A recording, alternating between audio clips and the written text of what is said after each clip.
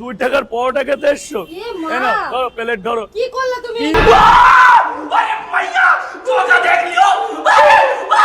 আচ্ছা তুমি 2 টাকাটার পরোটা খেতে না গিয়ে রাজুদার দোকানে যারা পরোটা খায় তাদের ওখানে ভিক্ষা করতে বসলেই তো তোমাকে 20 টাকা হয়ে যেত আধা कुछ तरीका है भीख मांगने ঘন্টার মধ্যে। এত আবার সহজে মানে 2 টাকার পরোটা খেতে আর কি আছে, ওখানটায় বসবে বাটি নিয়ে দাও দাও দাও দাও, দেখবি এমনি তোমার 30 টাকা 50 টাকা হয়ে গেছে, সে জায়গায় 30 টাকার পরোটা খাবে, 20 টাকা এক্সট্রা বাড়িতে নিয়ে যাবে। কি করবে কি এখানে 2 টাকা নিয়ে পরোটা খেতে এসছো? একটা পরোটা ধয় 2 টাকা চলে? তুমি বলো তোমার পকেটে একটা আইফোন আছে, এদিকে 2 টাকা নিয়ে পরোটা খেতে এসছো? তুমি পকেটে আইফোন নিয়ে 2 টাকার পরোটা খেতে এসছো, ভালো ক্ষমতা তুই দিয়ে, এতে একেবারে স্ট্যান্ডার্ড ভিখারি রে বাবা।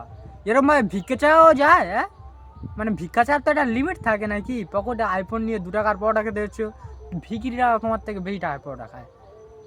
তো 2 টাকা, এই যে 2 টাকা দিয়েছিল তো, কেন হবে না? না একটা লজেন খাও, পরোটা খেতে হবে না, একটা লজেন খাও। তুমি এই দিলে আমাকে? ওই লজেন খাও, লজেন খেয়ে পেট ভরে জল খেয়ে নাও। কেন তুই কি 2 টাকার এর থেকেও বেশি কিছু আশা করেছিলি? তোর জন্য কি ভেটকি মাছ খাসির মাংস রাখবে 2 টাকায়? 2 টাকা লজেন দিয়েছে, ওইটা নিয়ে চুপচাপ ভালো সোনামণির মতো চলে যাও। ওর যেন আবার ও মা এই দিলে 2 টাকা যেন ভেটকি মাছের তরকারি দেবে, খাসির মাংস দেবে, খেয়ে বিড়ি।